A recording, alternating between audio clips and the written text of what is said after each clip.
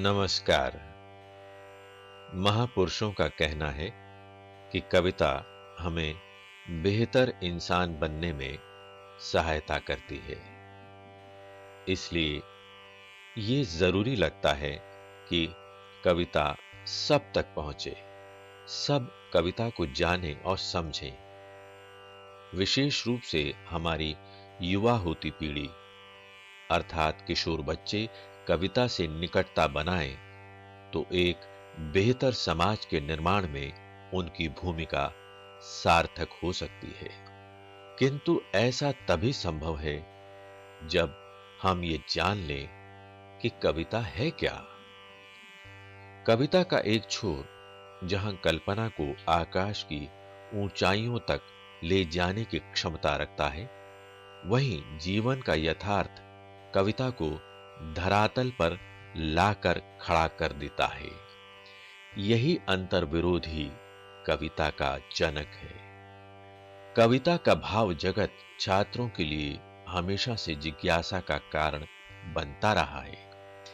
इस श्रृंखला के कार्यक्रमों में उनकी इन्हीं जिज्ञासाओं का उत्तर खोजने का प्रयास किया गया है।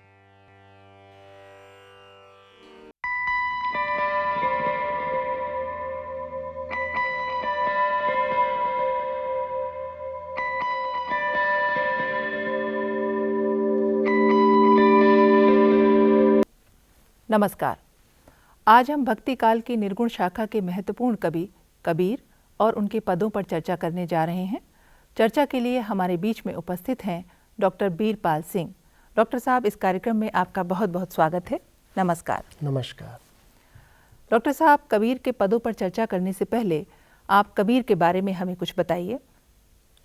कबीर का जन्म वाराणसी के लहर तारा नामक स्थान में हुआ था और कबीर निर्गुण शाखा के प्रमुख कवि थे। कबीर की शिक्षा दीक्षा के बारे में हमारे विद्यार्थियों को कुछ बताइए। कबीर ने स्वयं लिखा है, मसी कागद छुओ नहीं, कलम गही नहीं हाथ। यानी उन्होंने शास्त्रीय ज्ञान की शिक्षा नहीं पाई थी, लेकिन लोक सामान्य का उनको बहुत ज्ञान था। इसलिए हम ये मान सकते हैं कि कबीर लोक और अनुभव जगत के पारखी थे और शास्त्र का भी उन्हें उस तरह का ज्ञान नहीं था, लेकिन फिर भी उनको शास्त्र का ज्ञान भी अनुभव जगत से प्राप्त था। जी, कबीर को समाज सुधारक भी कहा जाता है। इस बारे में आप हमारे ज़रा विद्यार्थियों को कुछ बताइए। कबीर का उद्देश्य कविता करना नहीं था। कबीर जनजागरण के लिए जो जन सामान्य की भाषा में अपनी बात कहते थे, वही बात कविता हो जाया करती थी। उनका उद्देश्य समाज का सुधार करना था। जी, और कबीर की रचनाओं के बारे में ज़रा बताइए हमारे विद्यार्थियों को कुछ। कबीर की रचनाएं बीजक नामक पुस्तक में संकलित हैं, जिनको हम साखी, सबद और रामायणी के रूप में जानते हैं। कबीर की मृत्यु से संबंधित भी कोई किंवदंती है? कबीर की मृत्यु के बारे में ये कहा जाता है कि कबीर ने कहा था, जो काशी तन तजय कबीरा, तो रामई कौन निहोरा। चूँकि कबीर विद्रोही प्रवृत्ति के कवि थे और कबीर को अपने निर्गुण निराकार ईश्वर में अटूट आस्था थी, इसलिए वह वाराणसी में नहीं मृत्यु के समय रहना चाहते थे। मगहर में ऐसा माना जाता था कि मगहर में मृत्यु होने पर व्यक्ति नरक में जाता है और वाराणसी में रहने में मृत्यु के समय यदि रहेगा तो वह व्यक्ति स्वर्ग में जाएगा। तो कबीर ने इस मिथक को तोड़ने के लिए मगहर में जाकर रहे। जी जी, बहुत अच्छी जानकारी दी आपने कबीर के जीवन से संबंधित। अब हम चाहेंगे कि आप कबीर के पदों का पाठ प्रस्तुत करें और उसके बाद हम उनके पदों पर चर्चा करेंगे। जी, कबीर का पहला पद है, हम तो एक एक करि जाना, दोई कहें तिन्हीं को, दो जग जिन नाहिन पहचाना। एकै पवन एक ही पानी, एकै ज्योति समाना। एकै खाक गड़े सब भांडे, एकै कोहरा साना।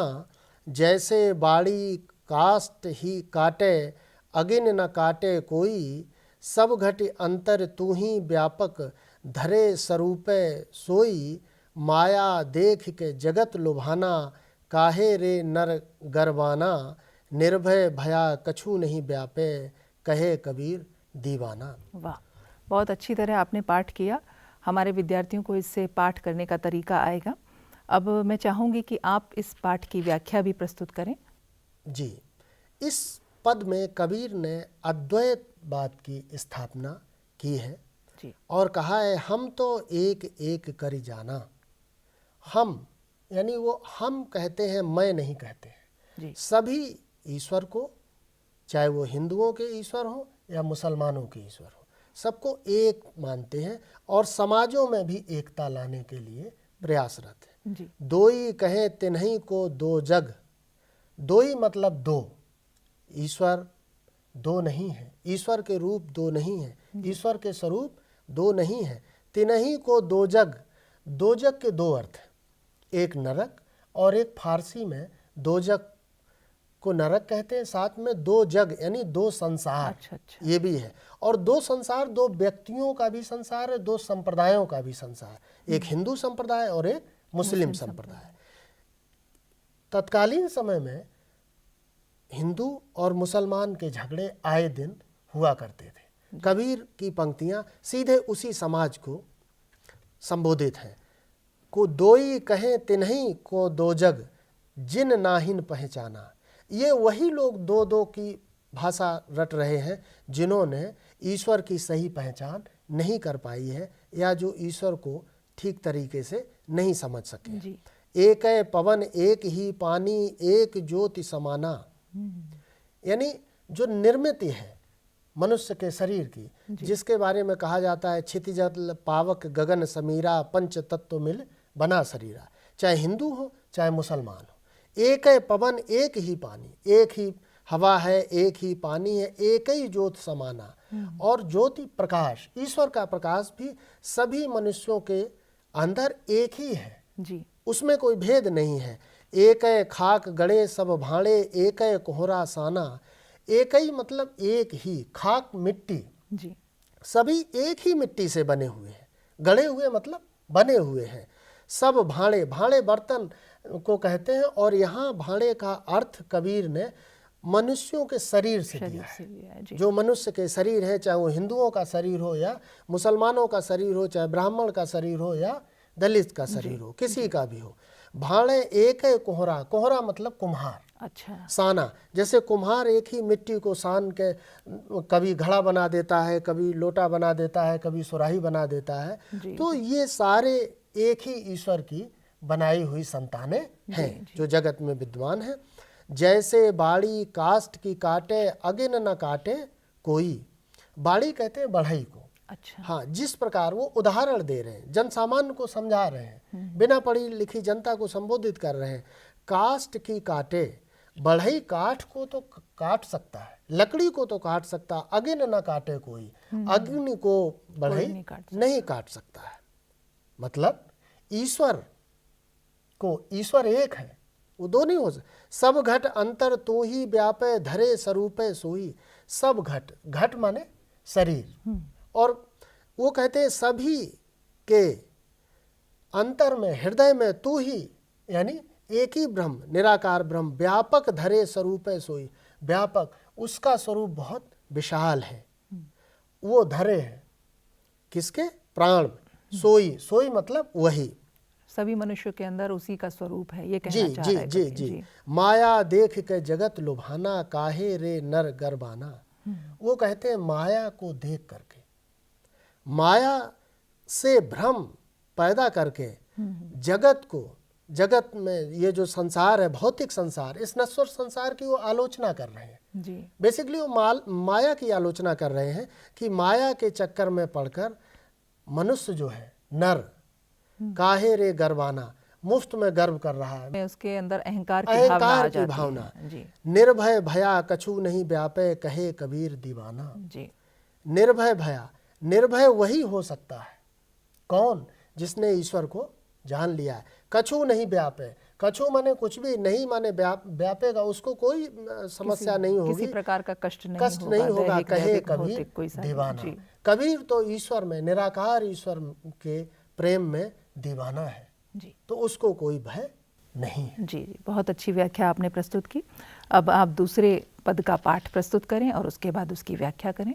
जी, दूसरे पद में कबीर साहब ने संसार में जो व्याप्त बाह्य आडंबर है उनकी आलोचना की। हाँ, पहले आप उसका पाठ प्रस्तुत करें। जी, संतो देखत जग बौराना, सांच कहो तो मारन धावे, झूठे जगपतियाना। वाह। नेमी देखा धर्मी देखा, प्रात करे स्नाना, आत्म मार पखाने पूजे, उनमें कछु नहीं ज्ञाना। बहुतक देखा पीर औलिया, पढ़े किताब कुराना, कै मुरीद तदबीर बतावे, उनमें वह जो ज्ञाना। आसन मार डिम्भ धरि बैठे, मन में बहुत गुमाना, पीपर पाथर पूजन लागे, तीरथ गर्भ भुलाना। टोपी पहिरे माला पहिरे, छाप तिलक अनुमाना, साखी सबदई गावत भूले, आत्म खबर न जाना। हिंदू कहे मोई राम प्यारा, तुरक कहे रहीमाना, आपस में दो लर लर मुए, मर्म न काहू जाना। घर घर मंत्र देत फिरत हैं, महिमा के अभिमाना, गुरु के सहित शिष्य सब बूढ़े, अंत काल पछताना।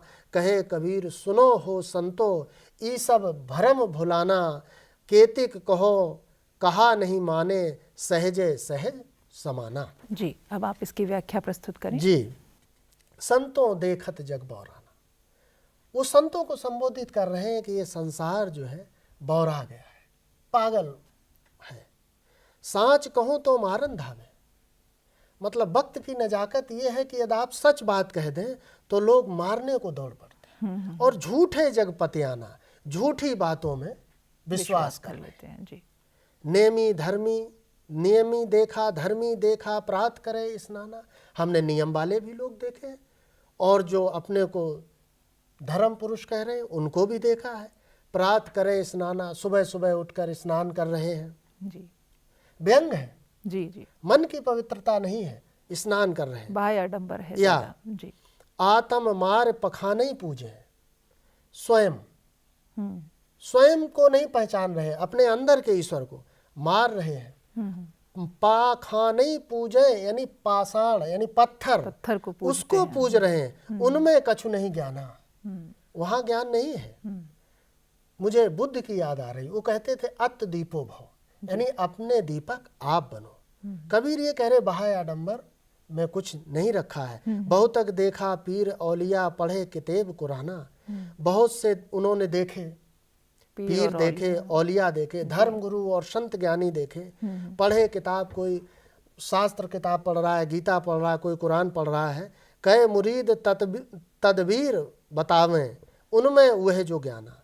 कहे मुरीद, उनके शिष्य तदबीर उपाय बताते हैं। अच्छा, मुरीद बने शिष्य। यस, अच्छा। ईश्वर को पाने के वो बताते हैं, उपाय बताते हैं। उनमें वह जो ज्ञाना, उनमें जो ज्ञान है उसी को बता रहे हैं, यानी जो समाज में चली आती हुई परंपरा है उसी का निर्वाह कर रहे हैं। कबीर लीक से हटने की बात कर रहे हैं कि ईश्वर वहां नहीं है जहां आप खोज रहे हैं। आसन मार डिम्ब धरि बैठे, आसन मार के डिम्ब, दंभ, आडंबर, कोई महंत है, कोई आचार है, कोई शंकराचार्य है, कोई जगत गुरु है, और अपने को पहचान नहीं पा रहे हैं और जगत के गुरु हैं।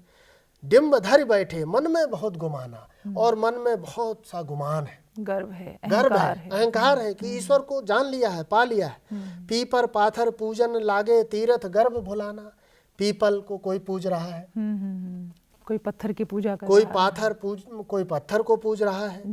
तीरथ गर्भ भुलाना, कोई तीर्थ में है, अपने के तीर्थ बड़ा की दास, तीर्थों में घूम घूम रहा है और मान रहा है कि मुझे तो ईश्वर की प्राप्ति हो गई। टोपी पहरे माला पहरे, टोपी मुसलमानों का प्रतीक, कोई टोपी पहरे, माला हिंदुओं के लिए कटाक्ष है।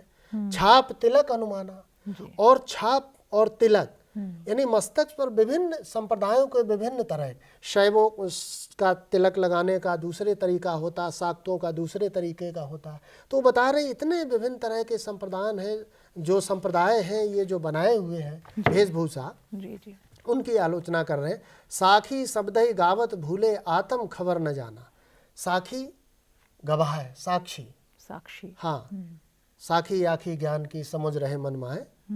शब्द ही वह मंत्र जो शब्द जो गुरु दीक्षा के समय शिष्य को देता है, उसको शब्द कहते हैं। गावत भूले, वो सिर्फ गा रहे हैं, रट रहे हैं। आत्म खबर न, आत्म अपने अंदर की स्वयं की खबर, उसका वास्तविक अर्थ वो नहीं समझते हैं। वास्तविक ईश्वर की पहचान नहीं है, वो तो अपने अंदर है। हिंदू कहे मोई राम प्यारा, तुरक कहे रहमाना। हिंदू राम की रट लगाए हुए हैं और मुसलमान अल्लाह की। सबने अपने अपने ईश्वर बांट लिए हैं जी, जबकि ईश्वर एक है जी। आपस में दो लर लर मुए, आपस में दोनों ये लर लर, मतलब उनके समय में, उसके पहले समय में और आज के समय में जी जी लड़ाई ये जारी है। ये लर लर 2 बार आए हैं। इसका यही भाव है। मुए मतलब मर गए, मर्म न काहू जाना, लेकिन उसका भेद कोई नहीं पा सका है। घर घर मंत्र देत फिरत है महिमा के अभिमाना। घर घर सब मंत्र यानी मंत्र जी, मुक्ति के रास्ते देत फिरत है महिमा के अभिमाना। और इस अभिमान में, महानता के अभिमान में, गुरु के सहित सिख सब बूढ़े। जैसा गुरु होगा वैसे ही शिष्य होगा। जाका गुरु आंधरा चेला खरा निरंद, अंधा अंधे ठेलिया दोनों कूप पड़ंत। तो ये भ्रमित गुरु जो है शिष्य को सही राह नहीं दिखा सकते, ये भ्रम में ही डालेंगे। सब बूढ़े, बूढ़ना मतलब डूबना, इसी बैतरणी पार नहीं कर पाएंगे। अंत काल पछताना, और अंत समय में सिर्फ प्रायश्चित बाकी रहेगा। कहे कबीर सुनो हो संतो। कबीर जन सामान्य को ही संबोधित करते हैं, संतों को कह रहे हैं जो सहज व्यक्ति हैं। ई सब भ्रम भुलाना, ये सभी लोग भ्रम में पड़े हुए हैं और ईश्वर को भूल गए हैं। केति कहो कहा नहीं माने, सहजे सहज समाना। केति कितना भी कहो लेकिन ये नहीं मानने वाले हैं। कहते कहते वो परेशान हो गए। सहजे सहज समाना, जो सहज होगा वही समझ सकता है और वही कबीर के समान हो सकता है। जी जी, बहुत अच्छी व्याख्या आपने प्रस्तुत की।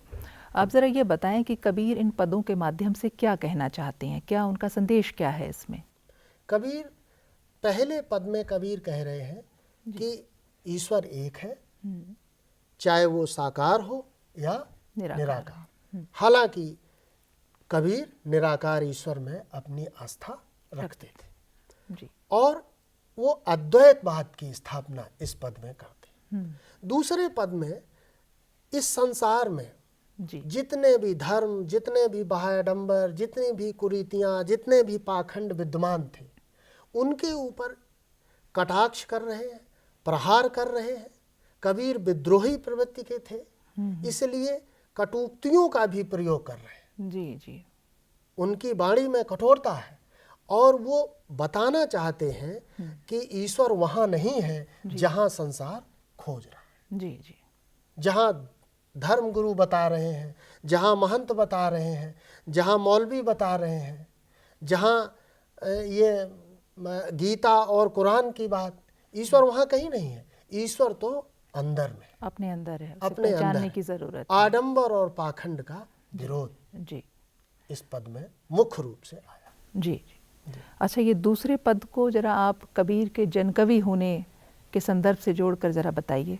जी, कबीर, मैंने जैसा कि पहले आपको कहा कि सामान्य जनता के कवि थे जी, और आम लोगों में उनका आना जाना था, उनका पेशा जुलाहे का था जी, तो आए दिन उनका ऐसे लोगों से वास्ता पड़ता था जो लोग भ्रम में पड़े हुए हैं।